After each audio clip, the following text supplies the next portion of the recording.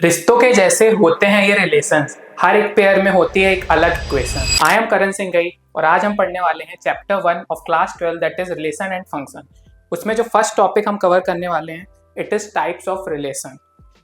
सो as its name, relation का मतलब होता है जो हम डे टू डे लाइफ में रखते हैं। जैसे हस्बैंड वाइफ का एक रिलेशन है, ब्रदर सिस्टर का एक रिलेशन है। कुछ इसी तरह मैथ्स में भी हम रिलेशन के कंसेप्ट को पढ़ते हैं। अब क्योंकि मैथ्स इन्वॉल्व है तो यहाँ पे certain type of numbers like integers, real numbers, natural numbers जो हमने अपने प्रीवियस चैप्टर में कवर किए थे वो आपस में रिलेटेड होते हैं। तो स्टार्ट करते हैं समझना कि concept of relation with respect to mathematics कैसे वर्क करता है। So the concept of term relation in mathematics has been drawn from the meaning of relation in English. जैसे मैंने आपको बताया जो इंग्लिश लैंग्वेज में मीन होता है वैसे ही हम रिलेशन का कंसेप्ट पढ़ते हैं मैथ्स में, लेकिन यहाँ पर क्या होगा, हम नंबर्स को रिलेट करेंगे आपस में। So according to which two objects और quantities are related if there is a recognizable connection और link between the two objects और क्वांटिटीज। तो प्रीवियस चैप्टर में सेट वाले में हम क्या कर रहे थे, मैंने जैसे आपको क्रिकेट वाला एग्जांपल बताया था कि हमने दो प्लेयर्स की बात की थी, रोहित और विराट की बात की थी। तो वो आपस में कैसे रिलेटेड थे, both the players were of Indian cricket team.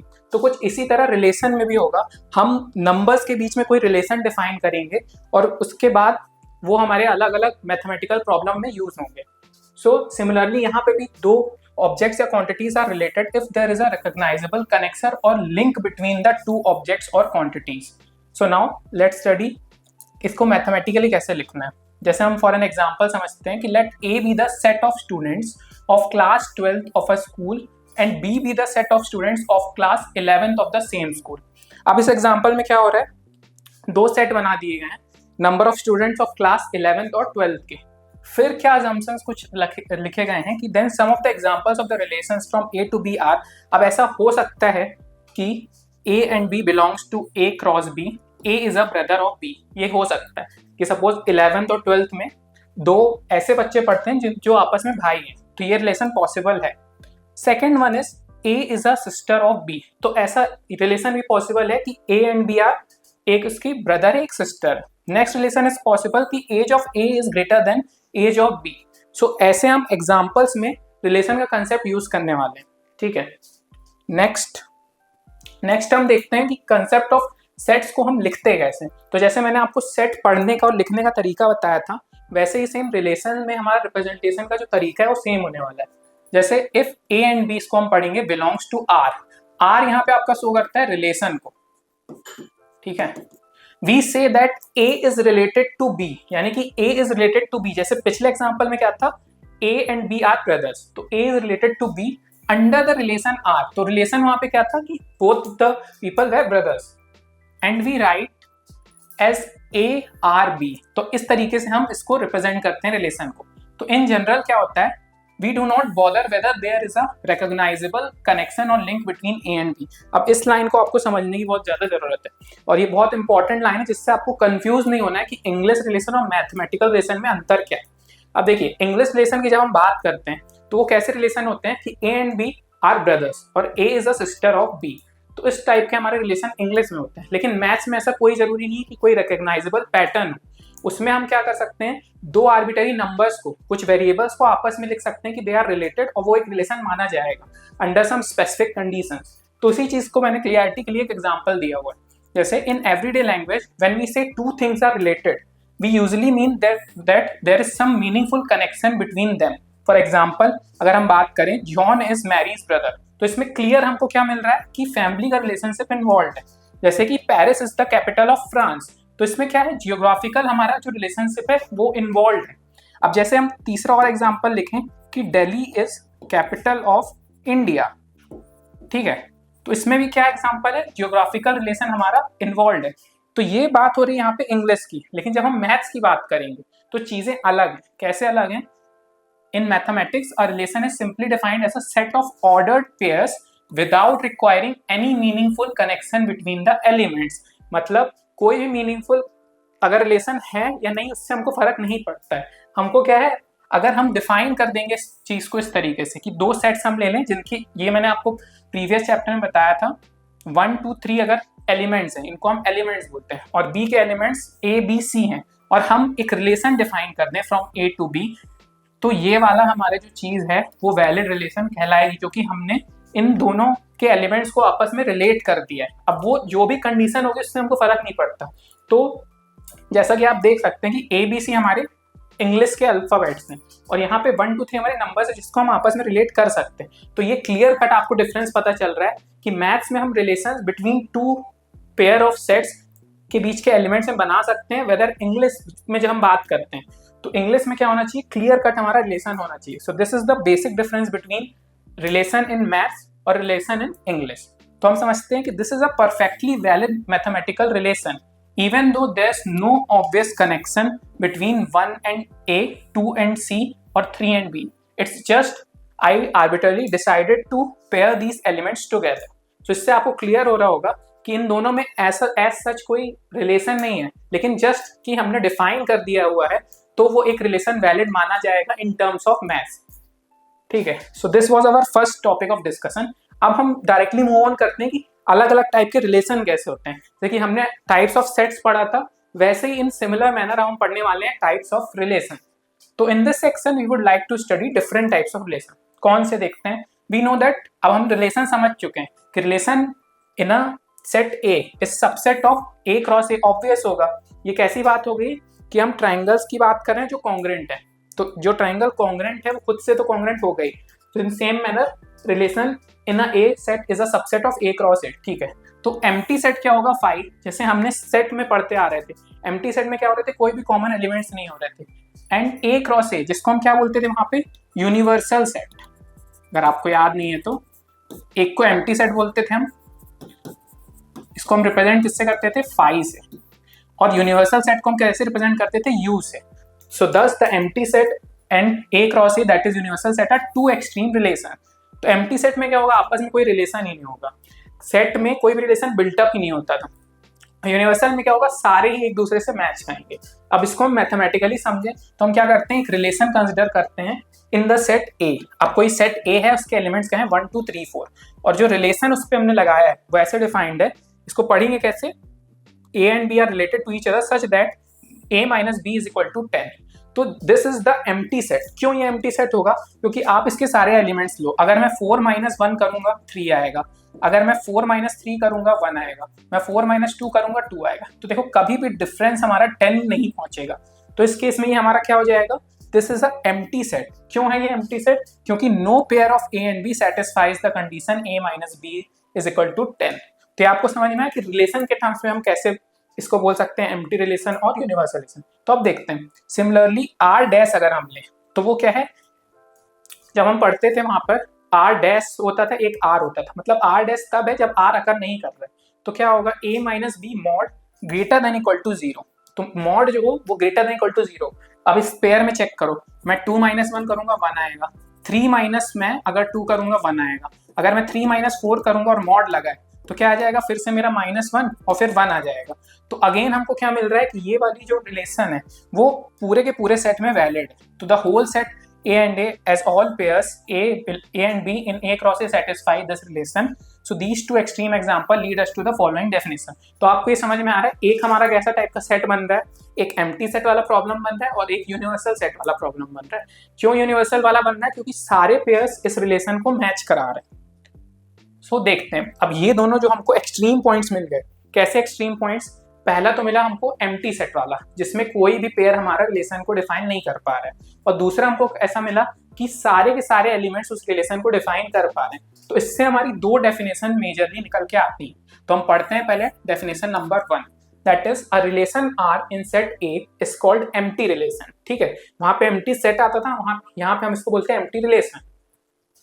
Empty relation. If no element of A is related to any element of A, that is R is equal to 5 for all elements belonging to A cross A.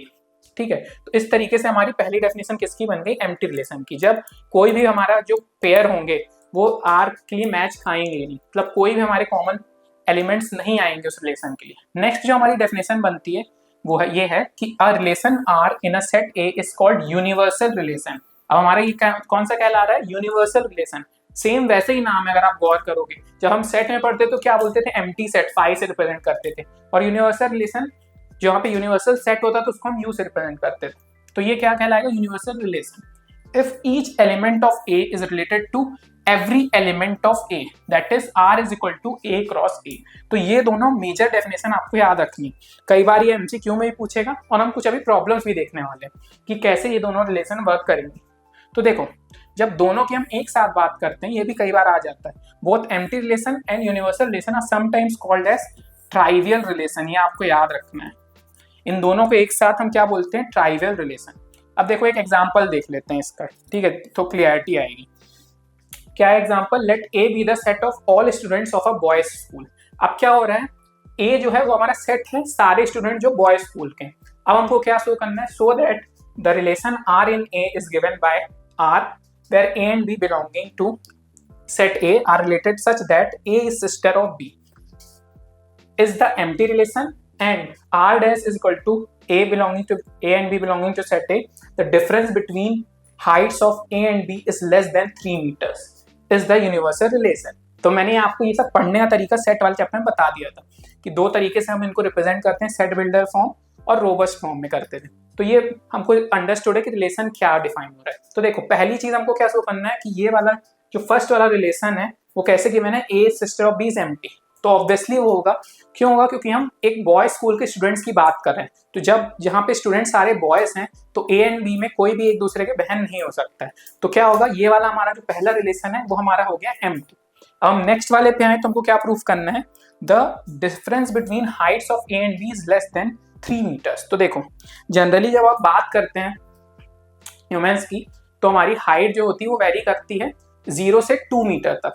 आप लंबे से लंबे इंसान की बात करोगे, यहाँ पे एक्सेप्शन आप ना लो तो एक्सेप्शन भी लोगे आप तो मैक्सिमम 2.5 मीटर हो सकती है। तो अगर हम उनका डिफरेंस लें कि सपोज कोई 2 मीटर का बहुत लंबा चौड़ा आदमी आ गया और अगर मेरी हाइट 1.71 मीटर है, तो अगर मैं इसका डिफरेंस निकालूंगा वो हर बार लेस देन 3 ही आएगा। It is confirmed.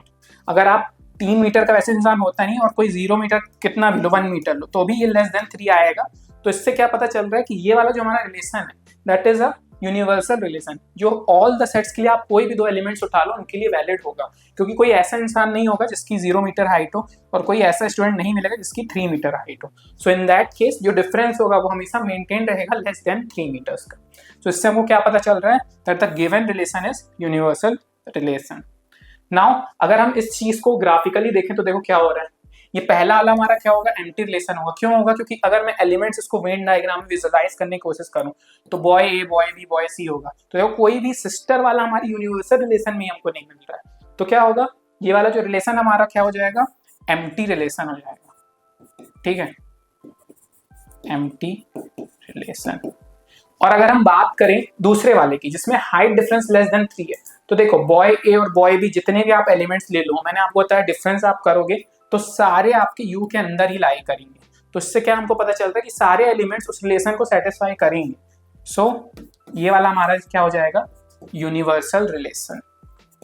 This one will be our universal relation. ठीक है, अब यहाँ पे हमने आर डैश क्यों लगाया, क्योंकि हमने वहां पे पढ़ा था कॉम्प्लीमेंट्री इवेंट्स। देखो ये वाला रिलेशन तभी अकर कर रहा है जब आर नहीं करेगा, इसलिए जस्ट रिप्रेजेंट करने का तरीका है। और हमने वहां पे एक चीज और क्या सीखी थी कि अगर हम इन दोनों का यूनियन ले लें, ठीक है, यू का और इसका, तो क्या बनेगा, सारी की सारी चीजें आ जाएंगी और यू ही बन जाएगा। समझ में आया, जब कुछ भी नहीं हो रहा है और सारे एलिमेंट्स है, तो अगर हम यूनियन लेते हैं तो दोनों का एंड ले लेते हैं तो वहां पे हमको यू मिल जाता है। Now moving on to next which is the most significant relation in our this topic, जिसको हम बोलते हैं इक्विवेलेंस रिलेशन।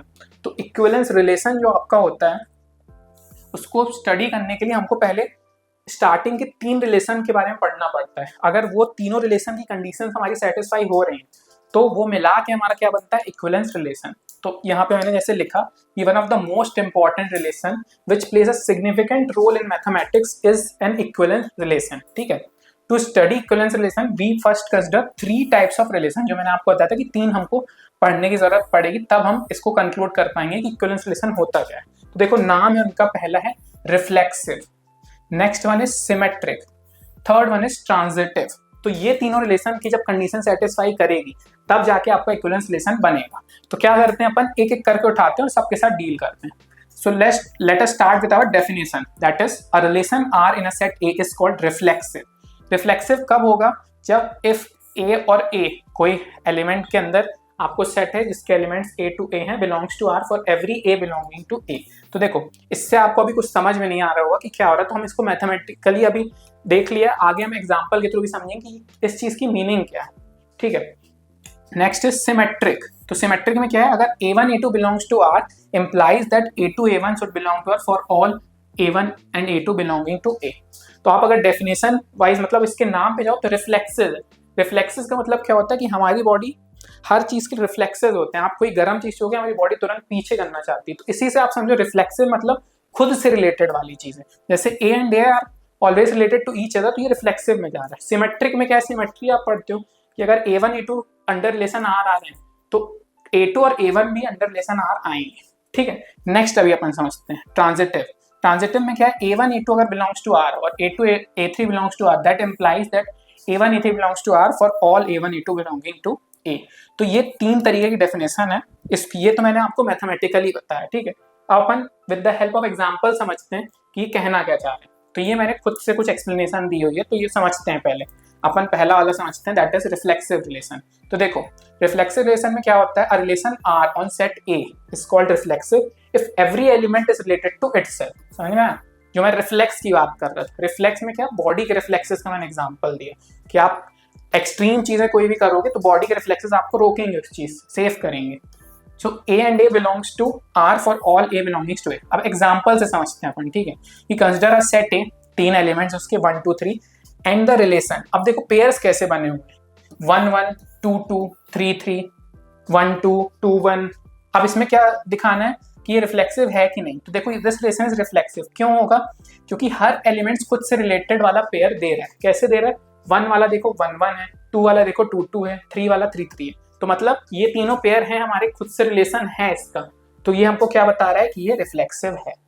ठीक है, next is visually, this means every element has loop back to itself. तो विजुअलाइजेशन अगर आप करोगे तो इससे हमको ये दिख रहा है कि every element has a loop back to itself, मतलब खुद से वो रिलेशन बताने की कोशिश कर रही है। बहुत इंपॉर्टेंट लाइन है समझने की कि it loop back to itself, खुद से वो चीज रिलेटेड है। ठीक है, अगर रियल वर्ल्ड का मैं एग्जांपल लूं तो रिफ्लेक्सिव को आप ऐसे समझ सकते हो कि इक्वल टू है, because every number is equal to itself. 1 is equal to 1, 2 is equal to 2। तो अगर आप इसको मैथमेटिकली देखना चाहते हो रियल वर्ल्ड में, तो इक्वल टू का साइन दिखाते हैं हमारे किसको, रिफ्लेक्सिव रिलेशन को।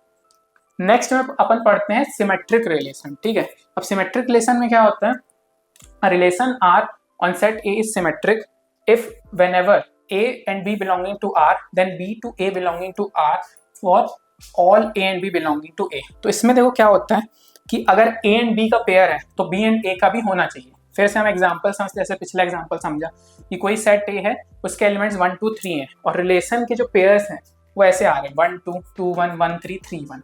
तो क्या हो रहा है, अब इसको हमको समझ में आ रहा है कि अगर 1 और 2 रिलेटेड है तो 2 और 1 भी आपस में रिलेशन, तो दोनों एलिमेंट्स हैं रिलेशन में। सिमिलरली अगर 2 एंड 3 रिलेटेड है तो 3 एंड 2 भी होना चाहिए। ठीक है, और एक और कौन सा अपना 1 एंड 3 है तो 3 एंड 1 भी होना चाहिए। तो ये रिलेशन क्यों सिमेट्रिक होगा, क्योंकि 1 and 2 belonging to R, then 2 and 1 also belonging to R। तो इस केस में क्या हो जाएगा, हमारा रिफ्लेक्सिव हो जाएगा। और अगर 1 एंड 3 बिलोंगिंग टू R है और 3 to 1 बिलोंगिंग टू R है तो भी इस केस में रिफ्लेक्सिव हो जाएगा। अब यहाँ पे हमारे पेयर कौन से छूट गए, 2 3 और हमारे 3 2। ये भी अगर अकर करेंगे तब हमारा ये क्या है, पूरा के पूरा रिलेशन क्या बन जाएगा, सिमेट्रिक बन जाएगा। सो विजुअली अगर हम इसको देखें तो ये क्या शो करता है, if there is an arrow from element A to B then there must also be an arrow from B to A। मतलब कहना चाह रहा है अगर 1 से 2 रिलेटेड है तो 2 से 1 भी रिलेटेड होना चाहिए, तब हमारा किसका केस बनने वाला है, सिमेट्रिक का।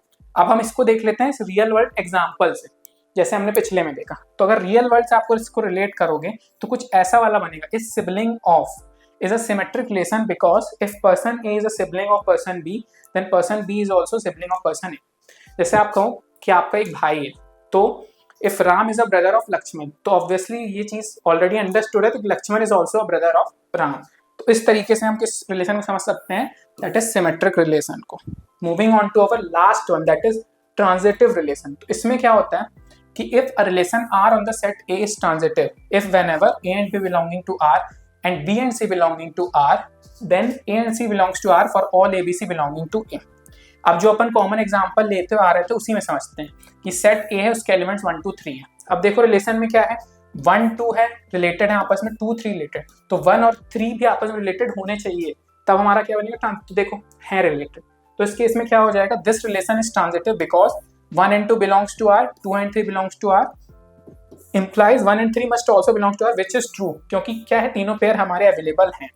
तो इस तरीके से हमारा क्या आंसर रिलेशन डिफाइन हो जाता है, ट्रांजिटिव। अब हम इसको विजुलाइजेशन से, जैसे हमने प्रीवियस दो समझे, इसको भी समझते हैं। तो विजुलाइज अगर हम करते हैं तो इसमें समझ में आ रहा है, there is a path from A to B, जैसे एरो वाला बताया था, अगर ए से बी में एरो है and from B to C, तो क्या होगा, then there must be a direct connection from A to C. तो ये मस्ट इम्प्लाइज कि ए टू सी में भी डायरेक्ट होना चाहिए। समझ में आया आपको? तो इसका आप इसको ऐसे समझो कि ये सिमेट्रिक का ही एक और एक्सटेंडेड वर्जन। अब हम इसको जैसे प्रीवियस एग्जांपल्स में हमने रियल वर्ल्ड एग्जांपल देखे थे, इसमें भी देखते हैं कि रियल वर्ल्ड एग्जांपल अगर हम इसका बनाना चाहें तो कैसा बनेगा। तो इसका बनेगा is greater then is a transitive relation. अगर आपको ऐसा कहीं दिख रहा है तो समझ जाना कि ट्रांजिटिव है। कैसे, देखो, because if A is greater than B, तो हमारा क्या बन गया, A is greater than B, ठीक है, और B is greater than C, और बी क्या है, ग्रेटर देन सी। तो क्या बोल रहा है, देन ए इज ग्रेटर, ये तो हो गई। जैसे आप इसको ऐसे समझो कि ए की वैल्यू मैंने 3 ले ली, बी की वैल्यू मैंने 2 ले ली और सी की 1 ले ली। अब ये क्या कह रहा है, ए इज ग्रेटर देन बी, तो 3 इज ग्रेटर देन 2 ट्रू होगा, बी इज ग्रेटर देन सी यानी कि 2 इज ग्रेटर देन 1, ये भी ट्रू होगा, तो A is 3 obviously greater than 1। तो इस तरीके से हमारा कौन सा रिलेशन डिफाइन हो जाता है, ट्रांजिटिव रिलेशन। अब हमारा इक्विवेलेंस रिलेशन, अब हम इस पोजीशन में आ चुके हैं कि अब हम क्या समझें कि जो हमारा रिलेशन है वो क्या है, इक्विवेलेंस रिलेशन है। तो अब देखो वही वाला एग्जांपल को एक्सटेंड करके कंबाइन कर दिया, कंसिडर किया एक सेट जिसके एलिमेंट्स हैं 1 2 3 4 और रिलेशन के जो पेयर्स बन रहे हैं वो क्या बन रहे हैं। अब मैं डायरेक्ट, हम क्योंकि तीनों रिलेशन पढ़ के आ चुके हैं तो वो हम टिक करते जाएंगे। जैसे पहला वाला हमारा कौन सा होना चाहिए, रिफ्लेक्सिव। रिफ्लेक्सिव में खुद से रिलेटेड होनी चाहिए। तो देखो 1 1 है, 2 2 है, 3 3 है, 4 4 है, तो पहली कंडीशन रिफ्लेक्सिव की तो हमारी मीट खा गई। नेक्स्ट हमारा क्या होना चाहिए, सिमेट्रिक। तो 1 and 2 है तो 2 and 1 भी है, गुड। 2 and 3 है तो 3 and 2 भी है, 3 and 4 है तो 4 and 3 भी। तो ये हमारा कौन सा, सिमेट्रिक वाले की भी कंडीशन हो गई मीट। अब हमको ट्रांजिटिव देखना है, तो देखो 1 and 3 है तो 3 and 1 है, तो 3 and 1 है तो हमारा ये एक और 3 वाला 1 वाला पेयर भी होगा। यानी कि अगर 1 and 3 रिलेटेड है, 3 and 1 रिलेटेड है, तो आपस में ये दोनों भी रिलेट होंगे, जो ऑब्वियसली हो रहा है। जब हम 3 पेयर वाले कर रहे थे इस एग्जांपल में तो 3 आ रहे थे, यहाँ पे हमने 2 2 को पेयर अप किए, तो ये वाला भी हमारा मीट कर रहा है क्राइटेरिया। जैसे 2 4 रिलेटेड है तो 4 2 भी है, 1 4 है तो 4 1 भी है। अगर आप 3 एग्जाम्पल का सेट बनाना चाहो, जैसे मैं 1 2 3 वाला करूँ, तो ट्रांजिटिव के लिए क्या होना पड़ेगा, मेरे को 1 2 वाला पेयर चाहिए और फिर कौन सा चाहिए, 2 3 वाला चाहिए और फिर 1 3 वाला ही चाहिए। तो चेक करते हैं ट्रांजिटिव के लिए ये तीनों हैं क्या अपने। तो देखो 1 2 है, ठीक है, मीट खा गया। 2 3 चेक करो, 2 3 भी है, मीट खा गया, और 1 3 भी होना चाहिए तो 1 3 भी है। देखो, तो ऐसे ही जब आप ट्रांजिटिव के 3 नंबर्स वाले पेयर बनाओगे तो भी वो सारे अकर कर रहे हैं। तो हमारी क्या यहाँ से प्रूव हो गई कि तीनों हमारे रिलेशन यहाँ पे मिल रहे हैं, दैट इज रिफ्लेक्सिव भी मिल रहा है, सिमेट्रिक भी मिल रहा है और लास्ट में ट्रांजिटिव भी मिल रहा है। तो फिर मैंने लिखा the relation R is reflexive, क्योंकि ये पेयर्स हैं, हमने डिस्कस कर लिया। सिमेट्रिक क्योंकि for every A and B in R B and A is also, ये भी हमने चेक किया डायरेक्ट। और ट्रांजिटिव यानी कि if A and B and C are in R then A and C must also be in R, जो कि अभी मैंने 1 2 3 को लेकर आपको बताया। So this particular relation is an equivalence relation because it satisfies all the 3 properties. तो अब हमने तीनों के अलग अलग एग्जाम्पल्स देखे, विजुलाइज किया, तब हम कंक्लूजन में पहुंचे कि इक्विवेलेंस रिलेशन कैसे डिफाइंड होता है। तो इस तरीके से इक्विवेलेंस रिलेशन डिफाइन होता है जब आपके के सारे पेयर्स की कंडीशंस मीट खानी चाहिए। कौन सी 3 कंडीशन, कि रिफ्लेक्सिव भी हो, सिमेट्रिक भी हो और आपका ट्रांजिटिव भी हो। अब हमने अच्छे से इक्विवेलेंस रिलेशन भी पढ़ लिया है और डिफरेंट टाइप्स ऑफ उसके जो 3 कंडीशंस वाले रिलेशन है वो भी पढ़ लिए। अब हम कुछ एग्जांपल्स करते हैं तो और क्लियरिटी आएगी। ठीक है, पहला हम पढ़ते हैं एग्जांपल, जिसमें क्या है, let T be the set of all triangles in a plane with a relation R in T given by R is equal to T1 T2। मतलब कोई रिलेशन डिफाइंड है बिटवीन 2 ट्रायंगल्स और वो क्या है कि T1 is congruent to T2। अब हमको क्या दिखाना है कि R is a equivalence relation. तो देखो एक एक करके हम क्या करेंगे, तीनों कंडीशन को डिस्कस करते हैं। जैसे हम स्टार्ट करते हैं विथ अवर रिफ्लेक्सिव, तो क्या होगा, R रिफ्लेक्सिव होगा। क्यों होगा, क्योंकि कोई भी ट्रायंगल खुद से तो कॉन्ग्रुएंट हो गई। जैसे पहला एग्जांपल मैं लूं, ये एक ट्राइंगल है, ये खुद से तो कॉन्ग्रुएंट क्या हो गई, हमेशा एक ट्राइंगल खुद से कॉन्ग्रुएंट होता ही। नेक्स्ट फर्दर अब हम क्या करें, T1 T2 लेते हैं। अगर मान लेते हैं दो ट्राइंगल आ गए, अब ये T1 है, ये T2 है, तो अगर T1 T2 आपस में कॉन्ग्रुएंट है तो रिवर्स भी ऑब्वियसली ट्रू होगा। ये भी हमारा प्रूफ हो गया। तो इससे क्या हुआ, हमारा हो गया प्रूफ कि सिमेट्रिक भी है। अब देखो तीन ट्राइंगल हमारे यहाँ पे, अब तीनों आपस में कॉन्ग्रुएंट है, तो T1 T2 आपस में कॉन्ग्रुएंट है, T2 T3 से कॉन्ग्रुएंट है, तो क्या होगा, ये दोनों भी लास्ट वाला T1 और T3 भी आपस में कॉन्ग्रुएंट हो जाएगा, यानी कि ये हमारा कंक्लूजन भी सही है। तो इससे हमको क्या पता चल गया कि ये ट्रांजिटिव भी है, तो अब रिफ्लेक्सिव भी है, सिमेट्रिक भी है, ट्रांजिटिव भी है, तो हम कह सकते हैं कि ये इक्विवेलेंस रिलेशन होगा। ठीक है, ऐसे ही आपको इसकी सारी जितनी प्रॉब्लम्स आएंगी, एक एक कंडीशन आपको मीट कराते जाना है, जो मीट कर खा जाएंगी उसको हम टिक कर देंगे, और अगर तीनों मीट नहीं खाएंगी तो इक्विवेलेंस रिलेशन नहीं होगा।